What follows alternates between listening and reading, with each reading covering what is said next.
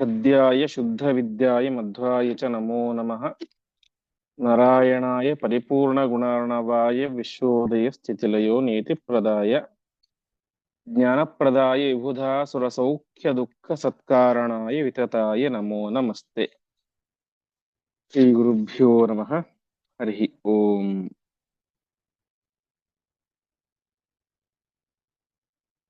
ವಿದುರ ಧೃತರಾಷ್ಟ್ರನಿಗೆ ಪಾಂಡವರು ಬದುಕಿದ್ದಾರೆ ಎನ್ನುವಂತ ವಿಚಾರವನ್ನು ಹೇಳಿದಾಗ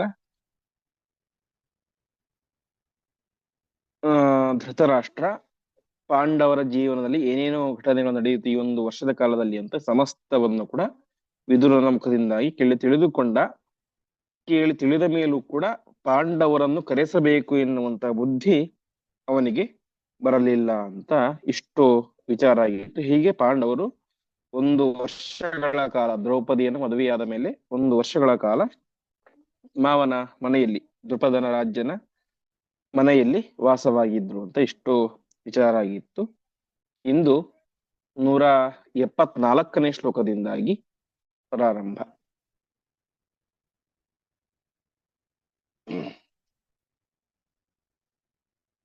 ಶ್ರುತ್ವಾಥ ಕೃಷ್ಣಂ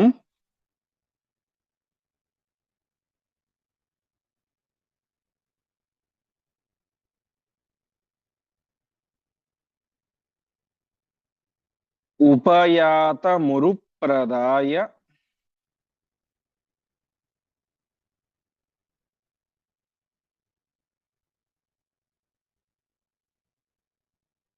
ರತ್ನಂ ಚ ಪಾಂಡುತನಯೇಷು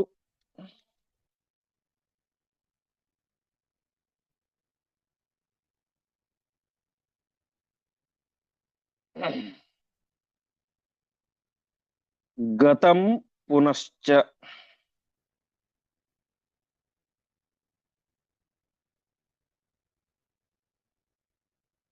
ತಾತಪ್ಯಮಾನ ಹೃದಯಾಸ್ತು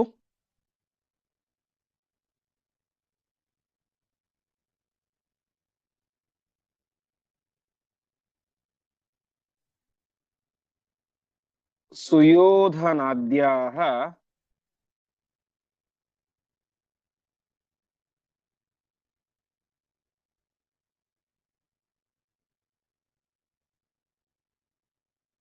ಮಂತ್ರಂ ಪ್ರಚಕ್ರುರಥ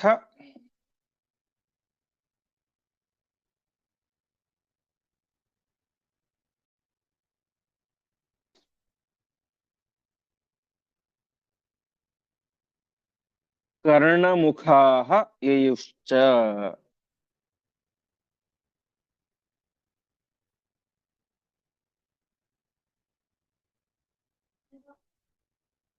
ಪದಚ್ಛೇದ. ಶ್ರುತ್ವಾ ಅಥ ಕೃಷ್ಣಂ ಉಪಯಾತಂ ಉರು ಪ್ರದಾಯ ರತ್ನಂ ಚ ಪಾಂಡುತನಯೇಷು ಗತಂ ಪುನಃ ಚ ತಾತಪ್ಯಮಾನ ಹೃದಯಾಃ ತು ಸುಯೋಧನಾದ್ಯಾಃ ಮಂತ್ರಂ ಪ್ರಚಕ್ರುಃ ಅಥ ಕರ್ಣಮುಖಾಃ ಯಯುಃ ಚ.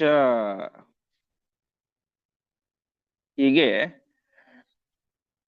ಈ ವಿಚಾರ ಗೊತ್ತಾಯಿತು. ಪಾಂಡವರು ಮದುವೆಯಾಗಿದ್ದಾರೆ ಎನ್ನುವಂತ ವಿಚಾರ ಗೊತ್ತಾದಾಗಲೇನೆ ದುರ್ಯೋಧನಾದಿಗಳಿಗೆ ಭಾರಿ ದುಃಖ ಆಯಿತು. ಅದಕ್ಕಿಂತ ಹೆಚ್ಚು ಯಾವಾಗ ದುಃಖ ಆಯಿತು, ಬೇಸರ ಆಯಿತು ಅಂದ್ರೆ ಕೃಷ್ಣಂ ಉಪಯಾತಂ, ಕೃಷ್ಣ ಅಲ್ಲಿಗೆ ಹೋದ ವಿಚಾರವನ್ನು ಕೇಳಿ ಭಾರಿ ದುಃಖ ಆಯಿತು ಅಂತೆ. ಅಷ್ಟು ಮಾತ್ರ ಅಲ್ಲ, ಹೋದದ್ ಮಾತ್ರ ಅಲ್ಲ, ಪಾಂಡುತನಯೇಷು ಉರು ರತ್ನಂ ಪ್ರದಾಯ, ಪಾಂಡವರಿಗೆ ಭಾರಿ ರತ್ನ ವಜ್ರ ವೈಢೂರ್ಯ ಆಭರಣಾದಿಗಳನ್ನು ಕೊಟ್ಟ ಅನ್ನೋದನ್ನು ಕೇಳಿ ಅವರಿಗೆ ಭಾರಿ ಮನಸ್ಸಿನಲ್ಲಿ ತಾತಪ್ಯಮಾನ ಹೃದಯ, ಭಾರಿ ಸಂತಾಪ ಆಯಿತು ಅಂತೆ. ಆದ ಮೇಲೆ ಕರ್ಣಮುಖಾಃ ಸುಯೋಧನಾದ್ಯಃ, ಕರ್ಣ ಮತ್ತು ದುರ್ಯೋಧನ ಎಲ್ಲರೂ ಕೂಡ ಸೇರಿಕೊಂಡು ತಾವೇನ್ ಮಾಡಿದ್ರು, ಮಂತ್ರಂ ಪ್ರಚಕ್ರುಹು, ಮಂತ್ರಾಲೋಚನೆ ಸಭೆಯನ್ನ ಮಾಡಿದ್ರು. ಅದಾದ ಮೇಲೆ ಯುದ್ಧ ಮಾಡ್ಲಿಕ್ಕೆ ಅಂತ ಹೊರಟರು ಅಂತ. ಹೀಗೆ ಒಟ್ಟಿನಲ್ಲಿ ದುರ್ಯೋಧನಾದಿಗಳಿಗೆ ಕೃಷ್ಣ ಪಾಂಡವರ ಹತ್ರ ಹೋದ, ಕೃಷ್ಣ ಹೋಗಿ ಅವರಿಗೆ ರತ್ನ ಆಭರಣಾದಿಗಳನ್ನ ಉಡುಗೊರೆಯನ್ನ ಕೊಟ್ಟ ಅನ್ನೋದನ್ನ ಮಾತನ್ನ ಕೇಳಿ ಸಹಿಸಿಕೊಳ್ಳಲಿಕ್ಕೆ, ಅರಗಿಸಿಕೊಳ್ಳಲಿಕ್ಕೆ ಸಾಧ್ಯ ಆಗಲಿಲ್ಲ. ಕೊನೆಗೆ ತಾವು ಮಂತ್ರಾಲೋಚನೆ ಸಭೆಯನ್ನು ಮಾಡಿ ಆ ಪಾಂಡವರೊಟ್ಟಿಗೆ ಯುದ್ಧವನ್ನು ಮಾಡಬೇಕು ಅಂತ ಅವರೆಲ್ಲರೂ ಕೂಡ ಹೊರಡ್ತಾ ಇದ್ದಾರೆ. ಮುಂದೆ ಯುದ್ಧಾಯ ತೇಷು ಪುನರೇವ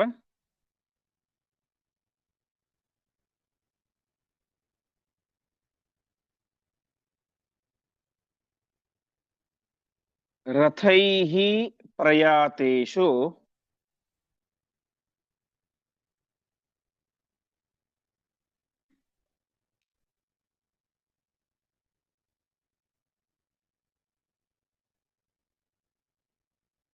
ಆಹಾಗ್ರಜಂ ಸ ವಿದುರೋಪಿ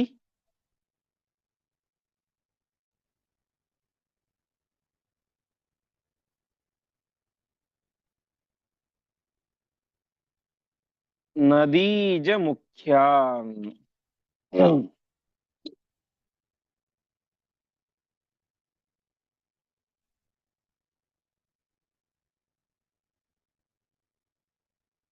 ಏತೈಃ ಪಾಪತಮಚೇತಸಃ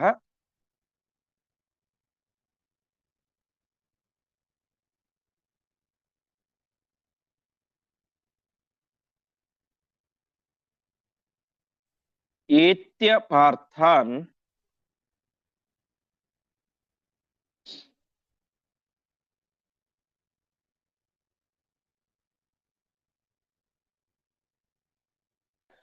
ಯುದ್ಧಾಯ ಮೃತ್ಯುಂ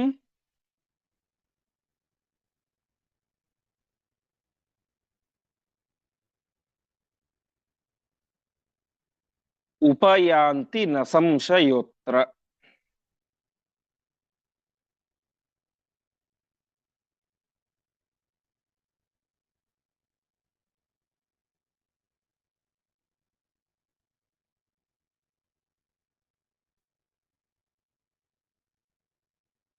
ಪದಚ್ಛೇದ ಯುದ್ಧಾಯ ತೇಷು ಪುನಃ ಏವ ರಥೈಃ ಪ್ರಯಾತೇಷು ಆಹ ಅಗ್ರಜಂ ಸಹ ವಿದುರಃ ಅಪಿ ನದೀಜ ಮುಖ್ಯಾನ್ ಏತೆ ಹಿ ಪಾಪತಮಚೇತಸಃ ಏತ್ಯ ಪಾರ್ಥಾನ್ ಯುದ್ಧಾಯ ಮೃತ್ಯುಂ ಉಪಯಾಂತಿ ನ ಸಂಶಯಃ ಅತ್ರ. ಹೀಗೆ ಕೌರವರೆಲ್ಲರೂ ಕೂಡ ಮತ್ತೆ ಯುದ್ಧಕ್ಕೆ ಅಂತ ಹೋಗ್ತಾ ಇದ್ದಾರೆ.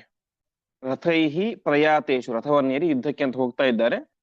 ಆವಾಗ ವಿದುರ ಏನ್ ಮಾಡಿದ, ಅಗ್ರಜಂ ನದೀಜ ಮುಖ್ಯಾನ್ ಆಹ, ತನ್ನ ಅಣ್ಣನಾದಂತಹ ಅಗ್ರಜನಾದಂತಹ ಧೃತರಾಷ್ಟ್ರನಿಗೆ ಮತ್ತು ನದೀಜ ಮುಖ್ಯ, ನದೀಜ ಅಂತಂದ್ರೆ ಭೀಷ್ಮರೇ ಮೊದಲಾದಂತಹ ಎಲ್ಲರಿಗೂ ಕೂಡ ಒಂದು ಮಾತನ್ನ ಹೇಳಿದ. ಏನು? ಏತೆ ಹಿ ಪಾಪ ತಮಚೇತಸಃ, ಈ ದುರ್ಯೋಧನಾದಿಗಳು ಅತ್ಯಂತ ಪಾಪಿಷ್ಟ ಬುದ್ಧಿ ಇರುವಂತವ್ರು. ಅವರಿಗಿರುವಷ್ಟು ಕೆಟ್ಟ ಬುದ್ಧಿ, ದುಷ್ಟ ಬುದ್ಧಿ ಯಾರಿಗೂ ಇಲ್ಲ. ಪಾಪ ತಮ, ಅತ್ಯಂತ ಪಾಪಿಷ್ಠರು. ಹಾಗಾಗಿ ಅವರು ಒಂದು ವೇಳೆ ಪಾರ್ಥ ಯುದ್ಧಾಯ ಏತ್ಯ, ಪಾರ್ಥರೊಟ್ಟಿಗೆ ಪಾಂಡವರೊಟ್ಟಿಗೆ ಯುದ್ಧ ಮಾಡ್ಲಿಕ್ಕೆ ಅಂತ ಹೋದರೆ ಅವ್ರೇನಾಗ್ತಾರೆ, ಮೃತ್ಯು ಮುಪಯಾಂತಿ, ಸತ್ತೇ ಹೋಗಿ ಬಿಡ್ತಾರೆ.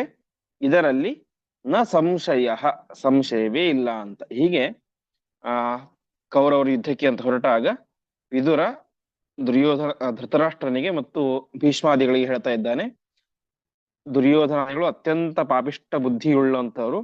ಅವರು ಪಾಂಡವರ ಜೊತೆಗೆ ಯುದ್ಧ ಮಾಡ್ಲಿಕ್ಕೆ ಅಂತ ಹೊರಟರೆ ಖಂಡಿತವಾಗಿಯೂ ಅವರು ಸತ್ತೇ ಸಾಯ್ತಾರೆ.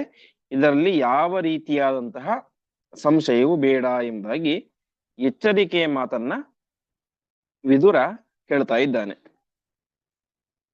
ಮುಂದೆ ಭೀಮಾರ್ಜುನೌ ವಿಷಹಿತುಂ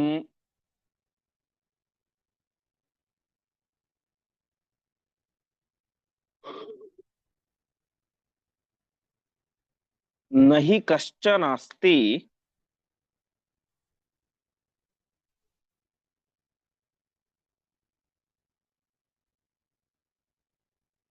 ಸಾಮರ್ಥ್ಯಯುಕ್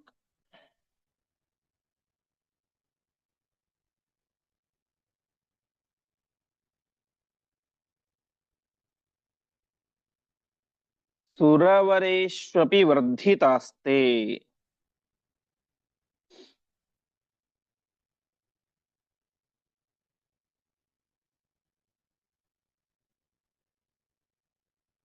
ಜ್ಞಾತ್ವೈವ ವತ್ಸರತ ಏವ.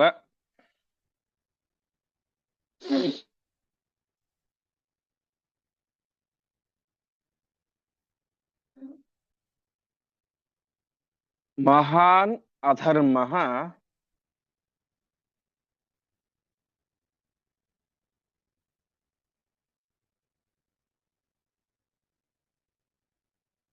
ತೇಷಾಂ ಉಪೇಕ್ಷಣಕೃತಃ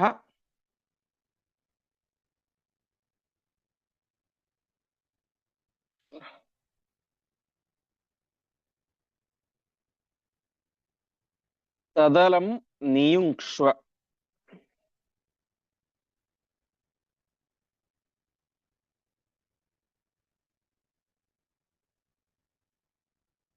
ಪದಚ್ಛೇದ. ಭೀಮಾರ್ಜುನೌ ವಿಷಹಿತುಂ ನ ಹಿ ಕಶ್ಚನ ಅಸ್ತಿ ಸಾಮರ್ಥ್ಯಯುಕ್ ಸುರವರೇಷು ಅಪಿ ವರ್ಧಿತಾಃ ತೇ ಜ್ಞಾತ್ವಾ ಏವ ವತ್ಸರತಃ ಏವ ಮಹಾನ್ ಅಧರ್ಮಃ ತೇಷಾಂ ಉಪೇಕ್ಷಣಕೃತಃ ತತ್ ಅಲಂ ನಿಯುಂಕ್ಷ್ವ. ಮತ್ತೆ ವಿದುರ ಹೇಳ್ತಾ ಇದ್ದಾನೆ, ಭೀಮಾರ್ಜುನರನ್ನ ವಿಷಹಿತು ಸಹಿಸಲಿಕ್ಕೆ, ಎದುರಿಸಲಿಕ್ಕೆ ನಹಿ ಕಶ್ಚನ ಸಾಮರ್ಥ್ಯಯುಕ್ಕಸ್ತಿ. ಭೀಮಾರ್ಜುನರನ್ನ ಎದುರಿಸಲಿಕ್ಕೆ ಸಾಮರ್ಥ್ಯ ಇರುವಂತಹ ವ್ಯಕ್ತಿ ಯಾರೂ ಇಲ್ಲ. ಬರೀ ಮನುಷ್ಯರಲ್ಲಿ ಮಾತ್ರ ಅಲ್ಲ, ಸುರವರೇಶ್ವಪಿ ನಹಿ ಕಶ್ಚನ ಅಸ್ತಿ. ಭೀಮಾರ್ಜುನರನ್ನ ಎದುರಿಸಿ ಯುದ್ಧ ಮಾಡಿ ಗೆಲ್ಲುವಂತ ಸಾಮರ್ಥ್ಯ ದೇವೋತ್ತಮರಲ್ಲಿ ಕೂಡ ಇಲ್ಲ ಎಂಬುದಾಗಿ ವಿದುರ ಹೇಳ್ತಾ ಇದ್ದಾನೆ. ಅಷ್ಟು ಮಾತ್ರ ಅಲ್ಲ, ಈಗ ಅವರಂತೂ ವರ್ಧಿತಾಹ, ತುಂಬಾ ಬಲಿಷ್ಠರಾಗಿ ಬೆಳೆದು ಬಿಟ್ಟಿದ್ದಾರೆ. ಇಲ್ಲಿಯ ತನಕ ಅಂದರೆ ನೀವು ಕಂಡಂತಹ ಪಾಂಡವರೇ ಬೇರೆ, ಈಗ ಇರುವಂತಹ ಪಾಂಡವರೇ ಬೇರೆ. ಈಗ ಅವರು ತುಂಬಾ ಬಲಿಷ್ಠರಾಗಿದ್ದಾರೆ. ಭೀಮಸೇನ ಅವನಂತೂ ಹಿಡಿಂಬಾಸುರ ಬಕಾಸುರನ ಸಂಹಾರವನ್ನು ಮಾಡಿ ಉತ್ತಮ ಬಲಿಷ್ಠನಾಗಿ ಬಿಟ್ಟಿದ್ದಾನೆ. ಹಾಗಾಗಿ ಪಾಂಡವರು ನೀವು ಅಂದುಕೊಂಡಷ್ಟು ಸುಲಭರಲ್ಲ. ಇವಾಗ ಮಹಾಪರಾಕ್ರಮಶಾಲಿಗಳಾಗಿ ಅವರು ಬೆಳೆದು ಬಿಟ್ಟಿದ್ದಾರೆ. ಹಾಗಾಗಿ ನಿನಗೆ ಅವರ ವಿಚಾರ ಎಲ್ಲವೂ ಕೂಡ ಗೊತ್ತಿತ್ತು. ಜ್ಞಾತ್ವ ಏವ, ಯಾಕೆಂದ್ರೆ ಹಿಂದೆ ನೋಡಿದಂತೆ ಆ ಸ್ವಯಂವರವನ್ನು ಕೌರವರು ಮುಗಿಸಿಕೊಂಡು ಬರೋದಕ್ಕಿಂತ ಮುಂಚೆಯೇನೆ ಎಲ್ಲ ವಿಚಾರವನ್ನು ಕೂಡ ವಿದುರ ಇವರಿಗೆ ಹೇಳಿದ್ದ, ಧೃತರಾಷ್ಟ್ರನಿಗೆ. ಹಾಗಾಗಿ ನೀನು ಪಾಂಡವರು ಬದುಕಿದ್ದಾರೆ ಎನ್ನುವಂತ ವಿಚಾರ ಗೊತ್ತಾದ ಮೇಲೂ ಕೂಡ ವತ್ಸರತಃ ತೇಷಾಂ ಉಪೇಕ್ಷಣಕೃತಃ, 1 ವರ್ಷಗಳ ಕಾಲ ನೀನೇ ಮಾಡಿದ್ದೀಯ, ಅವರನ್ನು ಉಪೇಕ್ಷೆ ಮಾಡಿದ್ದೀಯ, ಅರ್ಥಾತ್ ತಿರಸ್ಕಾರ ಮಾಡಿದ್ದೀಯ. ಗೊತ್ತಿದ್ದು ಕೂಡ ಅವರನ್ನ ನೀನು ನಿನ್ನ ಊರಿಗೆ ಕರೆಸಿಕೊಳ್ಳಲಿಲ್ಲ. ಇದು ಎಂತಹದ್ದು ಮಹಾನ್ ಅಧರ್ಮ. ಪಾಂಡವರು ಬದುಕಿದ್ದಾರೆ ಎನ್ನುವಂತ ವಿಚಾರ ಗೊತ್ತಾದ ಮೇಲೂ ನೀನು ಅವರ ಬಗ್ಗೆ ತಿರಸ್ಕಾರ ಬುದ್ಧಿಯನ್ನು ತಾಳಿದ್ದು ಇದು ದೊಡ್ಡ ಅಧರ್ಮ. ಒಬ್ಬ ಚಿಕ್ಕಪ್ಪನಾಗಿ ನೀವು ಮಾಡಿದಂತಹ ದೊಡ್ಡ ಅಧರ್ಮ ಇದು ಎಂಬುದಾಗಿ ತಿಳಿಸ್ತಾ ಇದ್ದಾರೆ. ಹಾಗಾಗಿ ತತ್ ಅಲಂ, ಈ ನಿನ್ನ ಉಪೇಕ್ಷೆ ಸಾಕು, ಇನ್ನು ಈ ಅಧರ್ಮವನ್ನು ನೀನು ಮಾಡೋದು ಸರಿಯಲ್ಲ.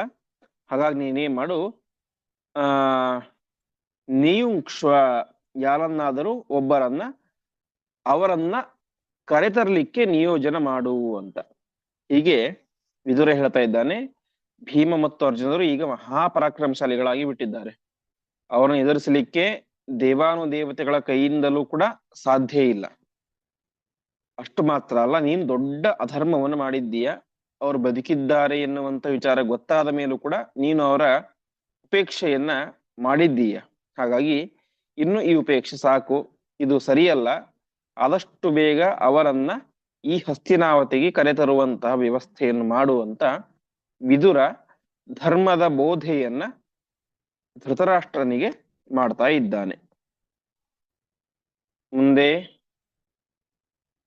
ಆನೀತಯೇಚ ವಿನಿಯುಜ್ಯ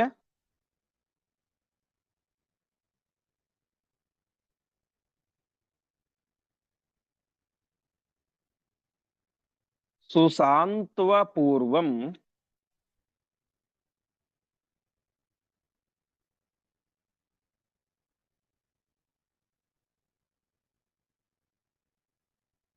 ಆನೀಯ ಯೋಜಯ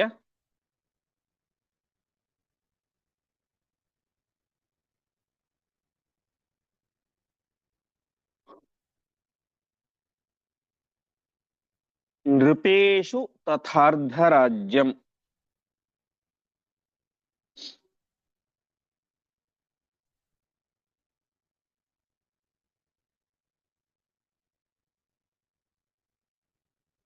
ಏವಂ ಕೃತೆ ತವ ಭವೇತ್.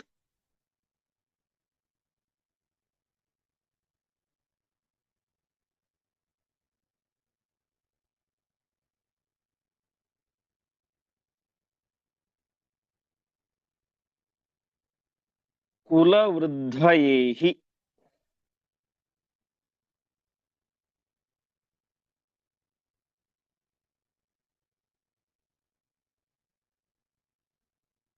ಧರ್ಮಾಯ ಚೋಭಯ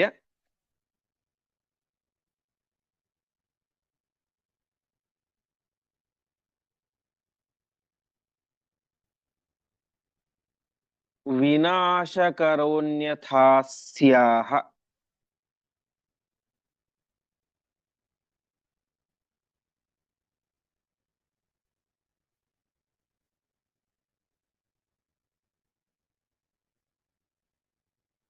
ಪದಚ್ಛೇದ.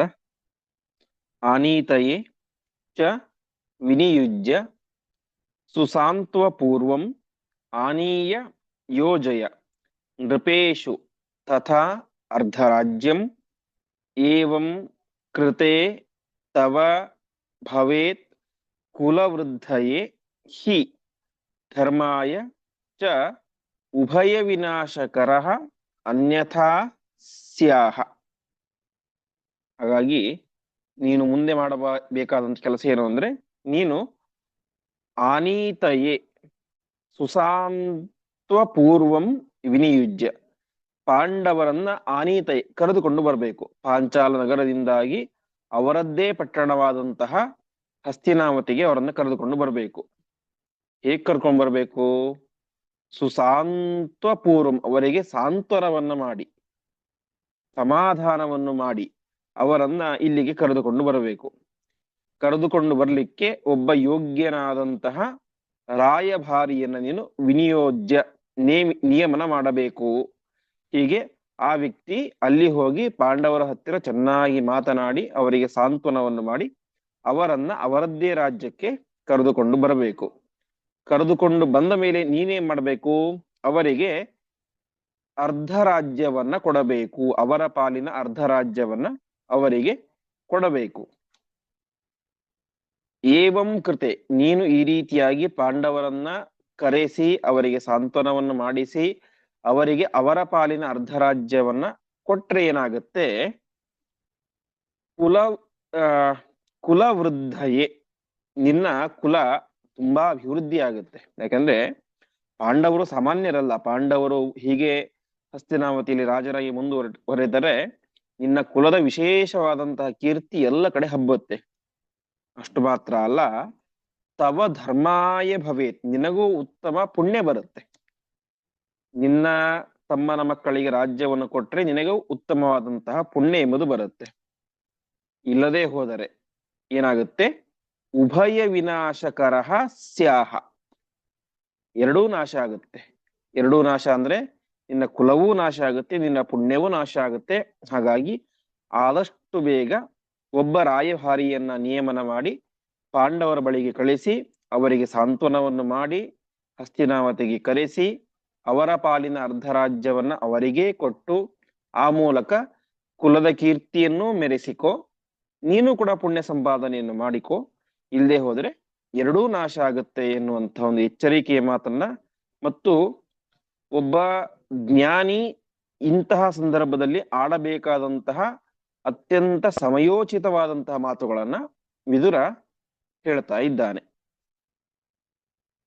ಮುಂದೆ ಇತ್ಯುಕ್ತವತ್ಯನು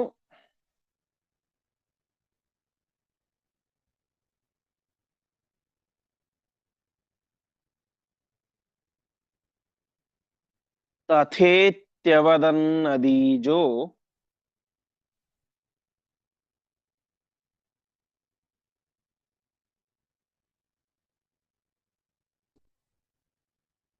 द्रोणः कृपश्च विदुरम्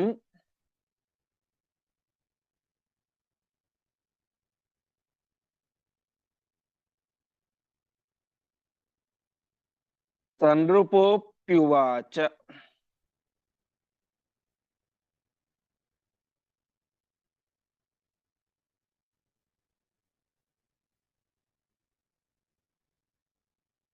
याह्यानयेति स च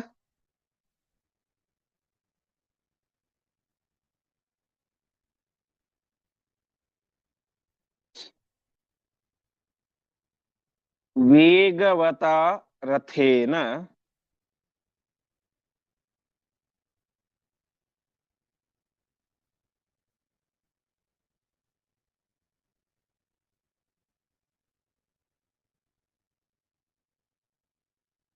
तत्रागमत्। तदनु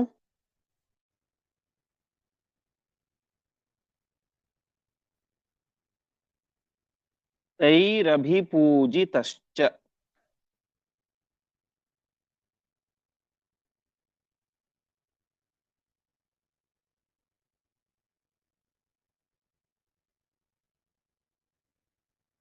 पदच्छेद।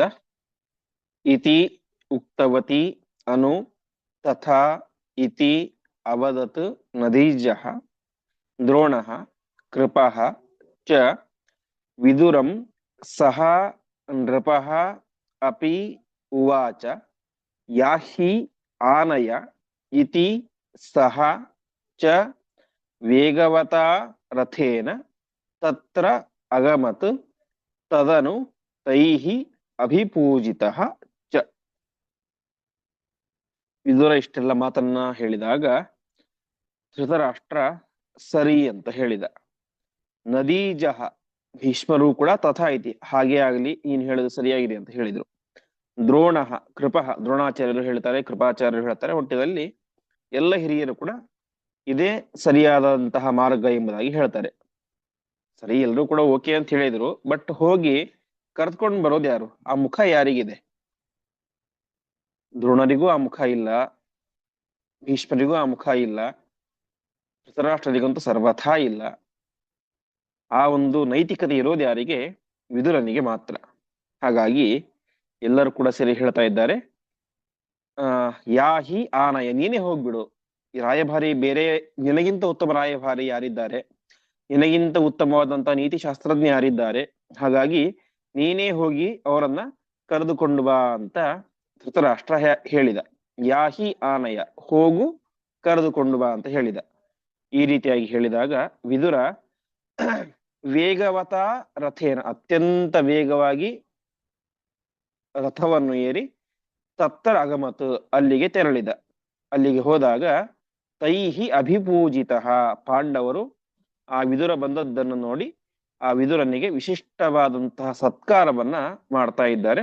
ಹೀಗೆ ಒಟ್ಟಿನಲ್ಲಿ ಪಾಂಡವರನ್ನ ಹಸ್ತಿನಾವತಿಗೆ ಕರೆದುಕೊಂಡು ಬರುವಂತಹ ದೊಡ್ಡ ಒಂದು ಕೆಲಸವನ್ನ, ಲೋಕಕ್ಷೇಮಕರವಾದಂತಹ ಕೆಲಸವನ್ನ ವಿದುರ ಮಾಡಿದ.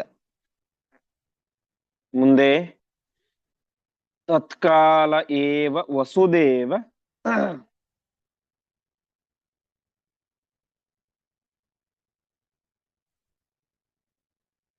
ಸುತಶ್ಚ ಕೃಷ್ಣೋ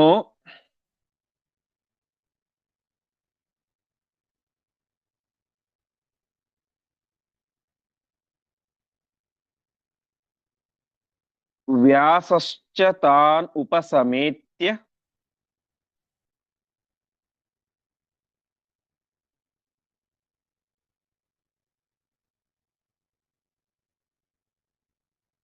ದುರಂತ ಶಕ್ತಿ.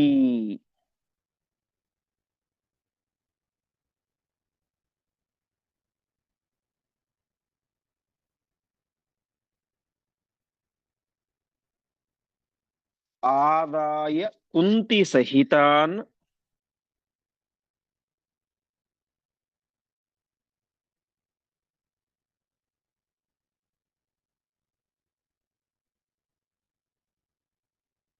ವಿದುರೇಣ ಯುಕ್ತೌ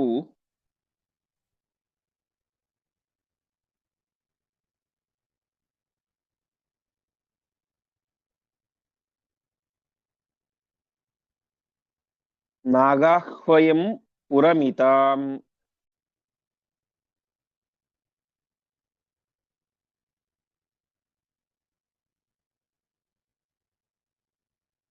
ಸಹ ಭಾರ್ಯಯೈವ.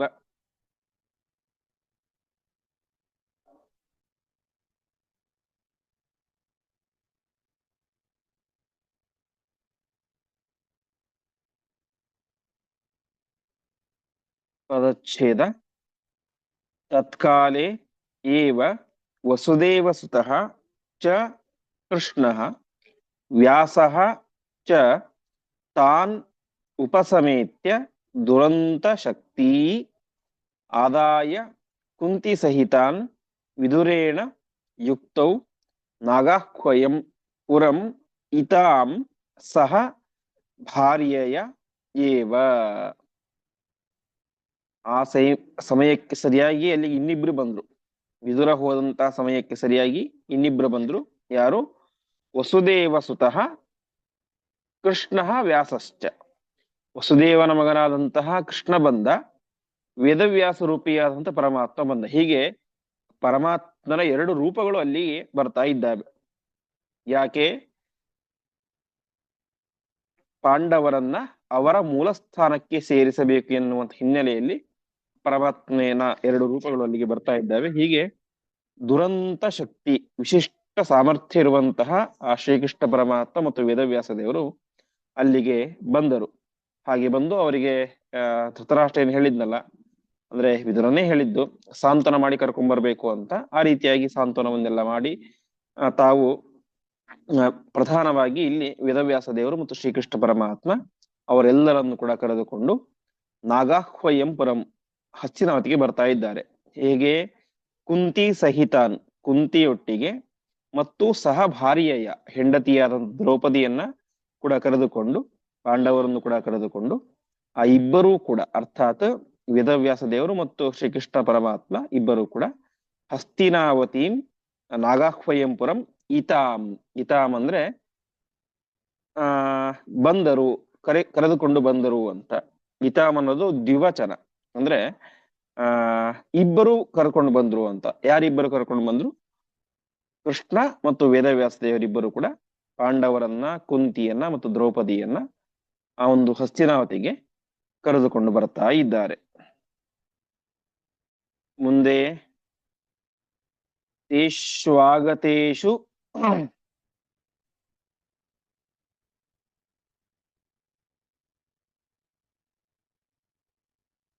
ಸುಮಹಾನ್ ಅಭವತ್ ಪ್ರಹರ್ಷಃ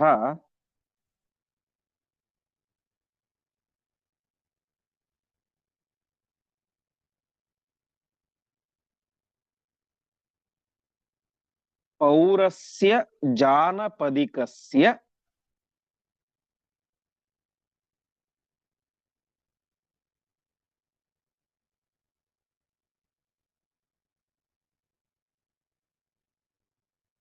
ಜನಸ್ಯ ಚೋಚ್ಚೈಃ.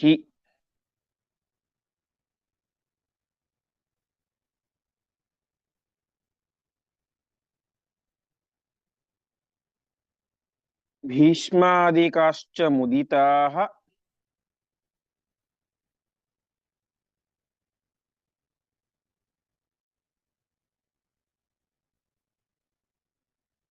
ಪ್ರತಿಪೂಜ್ಯ ಗೇಹಂ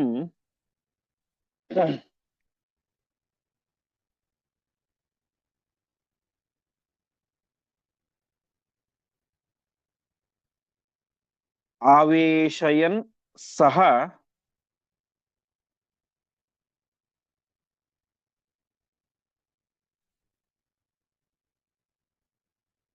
ನೃಪೇಣ ಮಹೋತ್ಸವೇನ.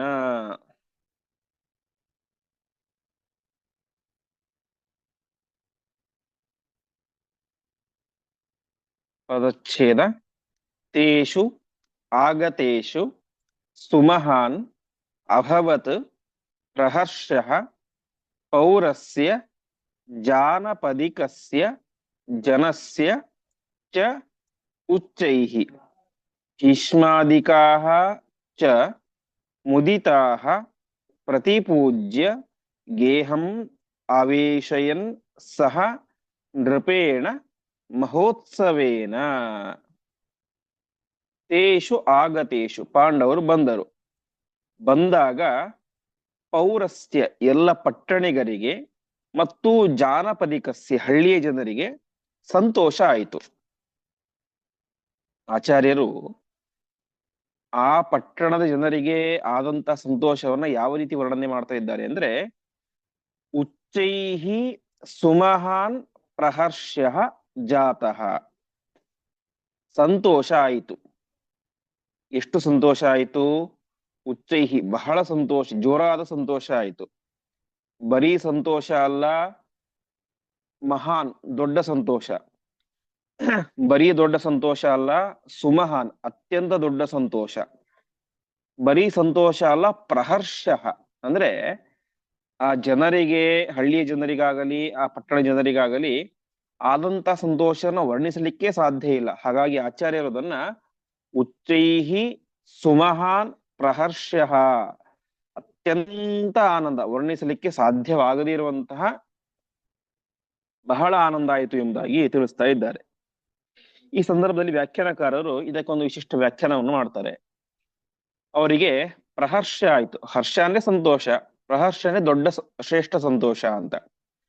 ಯಾಕೆ ಶ್ರೇಷ್ಠ ಸಂತೋಷ ಆಯಿತು ಅಂತಂದ್ರೆ, ಅಪೂರ್ವ ಸಂದರ್ಶನಜಃ ಹರ್ಷ ಪ್ರಹರ್ಷ ಅಂದ್ರೆ ಅಪೂರ್ವವಾದಂತ, ಯಾರೋ ಇಲ್ಲಿ ತನಕ ಕಾಣದೇ ಇರುವಂತಹ ದೃಶ್ಯವನ್ನು ಕಂಡಾಗ ಏನಾಗುತ್ತೆ, ವಿಶಿಷ್ಟ ಸಂತೋಷ ಆಗುತ್ತೆ. ಪಾಂಡವರನ್ನು ಇಲ್ಲಿ ತನಕ ನೋಡಿದ್ರು ಎಲ್ರೂ ಕೂಡ, ಆದರೆ ಮದುವೆಯಾದ ಮೇಲೆ ನೋಡ್ತಾ ಇರೋದು ಮೊದಲ ಬಾರಿ. ಹಾಗಾಗಿ ಪ್ರಹರ್ಷ ಆಯಿತು ಅಂತ. ಅದರಲ್ಲೂ ಕೂಡ ತತ್ರಾಪ್ಯನಿರೀಕ್ಷಿತತ್ವಾತ್ ಮಹಾನ್, ಇದು ಅನಿರೀಕ್ಷಿತ ಘಟನೆ, ಹಾಗಾಗಿ ದೊಡ್ಡ ಆನಂದ ಆಯಿತು. ಮಹಾನ್, ಬರೀ ಮಹಾನ್ ಅಲ್ಲ, ಸುಮಹಾನ್, ದೊಡ್ಡ, ತುಂಬಾ ದೊಡ್ಡ ಆನಂದ. ಯಾಕೆಂದ್ರೆ ಮೃತಾಹ ಇತಿ ಜ್ಞಾತಾನ ಪುನರ್ಜೀವತಾಂ ದರ್ಶನಂ. ಎಲ್ಲರೂ ಕೂಡ ಪಾಂಡವರು ಸತ್ತು ಹೋಗಿದ್ದಾರೆ ಎಂದು ಭಾವಿಸಿ ಬಿಟ್ಟಿದ್ರು. ಆದರೆ ಸತ್ತು ಹೋಗಿದ್ದರು ಎಂದು ಭಾವಿಸಿದಂತಹ ಪಾಂಡವರು ಮರಳಿ ಬಂದಿದ್ದಾರೆ. ಬರೀ ಮರಳಿ ಬಂದಿಲ್ಲ, ಮದುವೆಯಾಗಿ ಬಂದಿದ್ದಾರೆ. ಹಾಗಾಗಿ ಸುಮಹಾನ್, ಅತ್ಯಂತ ದೊಡ್ಡ ಆನಂದ ಆಯಿತು ಅಂತ. ಇದು ಒಂದು. ಇನ್ನೊಂದು, ಪಾಂಡವೈಹಿ ಸಹ ರೂಪದ್ವಯೇನ ಭಗವಾನಪ್ಯಾಗತಃ. ಬರೀ ಪಾಂಡವರು ಬಂದಿದ್ದಲ್ಲ, ಪಾಂಡವರೊಟ್ಟಿಗೆ ಎರಡು ರೂಪದಿಂದಾಗಿ, ವೇದವ್ಯಾಸ ರೂಪ ಮತ್ತು ಕೃಷ್ಣ ರೂಪದಿಂದಾಗಿ ಸಾಕ್ಷಾತ್ ಪರಮಾತ್ಮನೇ ಬಂದ. ಹಾಗಾಗಿ ವಿಶಿಷ್ಟವಾದಂತಹ ಆನಂದ. ಈ ರೀತಿಯಾಗಿ ಒಟ್ಟಿನಲ್ಲಿ ಈ ಒಂದು ಸಂತೋಷಕ್ಕೆ ಅನೇಕ ರೀತಿಯಾದಂತಹ ಅರ್ಥಗಳಿದ್ದಾವೆ ಅಂತ ತಿಳಿಸ್ತಾರೆ. ಹೀಗೆ ಎಲ್ಲರಿಗೂ ಕೂಡ ಭಾರಿ ವಿಶಿಷ್ಟವಾದಂತಹ ಆನಂದ ಆಯಿತು. ಭೀಷ್ಮಾದಿಕಾಶ್ಚ ಮುದಿತಾಹ, ಭೀಷ್ಮ ದ್ರೋಣಾದಿಗಳಿಗೂ ಕೂಡ ಭಾರಿ ಆನಂದ ಆಯಿತು. ಈ ರೀತಿಯಾಗಿ ಆದಾಗ ಆ ಧೃತರಾಷ್ಟ್ರ ಪಾಂಡವರನ್ನ ಪ್ರತಿಪೂಜ್ಯ, ಅರ್ಥಾತ್ ಅವರಿಗೆ ವಿಶೇಷವಾದಂತಹ ಸತ್ಕಾರವನ್ನು ಮಾಡಿ ಆ ಮಹೋತ್ಸವೇನ, ಭಾರೀ ಸಂಭ್ರಮದಿಂದಾಗಿ ನೃಪೇಣ ಸಹ, ನೃಪೇಣ ಸಹ ಆ ಒಂದು ಧೃತರಾಷ್ಟ್ರನೊಟ್ಟಿಗೆ ಗೇಹಂ ಆವೇಶಯನ್, ತಾವು ಆ ಒಂದು ಅರಮನೆಗೆ ಪ್ರವೇಶವನ್ನ ಮಾಡ್ತಾ ಇದ್ದಾರೆ. ಹೀಗೆ ಸತ್ತು ಹೋಗಿದ್ದರು ಎಂಬುದಾಗಿ ಭಾವಿಸಿದಂತಹ ಪಾಂಡವರು ಹಸ್ತಿನಾವತಿಗೆ ಬಂದರು. ಹಸ್ತಿನಾವತಿಗೆ ಬಂದಾಗ ಹಿಂದೆಂದಿಗಿಂತಲೂ ಕೂಡ ಮಹಾಪರಾಕ್ರಮಶಾಲಿಗಳಾಗಿ, ಮಹಾ ತೇಜಸ್ವಿಗಳಾಗಿ, ದ್ರೌಪದಿಯೊಟ್ಟಿಗೆ ವಿವಾಹವನ್ನಾಗಿ ವೈಭವದಿಂದಾಗಿ ಹಸ್ತಿನಾವತಿಗೆ ಮರುಪ್ರವೇಶವನ್ನ ಮಾಡ್ತಾ ಇದ್ದಾರೆ. ಮತ್ತೆ ಮುಂದೆ ಪಾಂಡವರ ಜೀವಿತದಲ್ಲಿ ಏನೇನಾಯ್ತು ಎನ್ನುವಂತ ವಿಚಾರವನ್ನ ಮುಂದಿನ ಪಾಠದಲ್ಲಿ ನೋಡೋಣ ಎಂಬುದಾಗಿ ಹೇಳ್ತಾ ಇಂದಿನ ಪಾಠವನ್ನ ಶ್ರೀಕೃಷ್ಣಾರ್ಪಣಮಸ್ತು.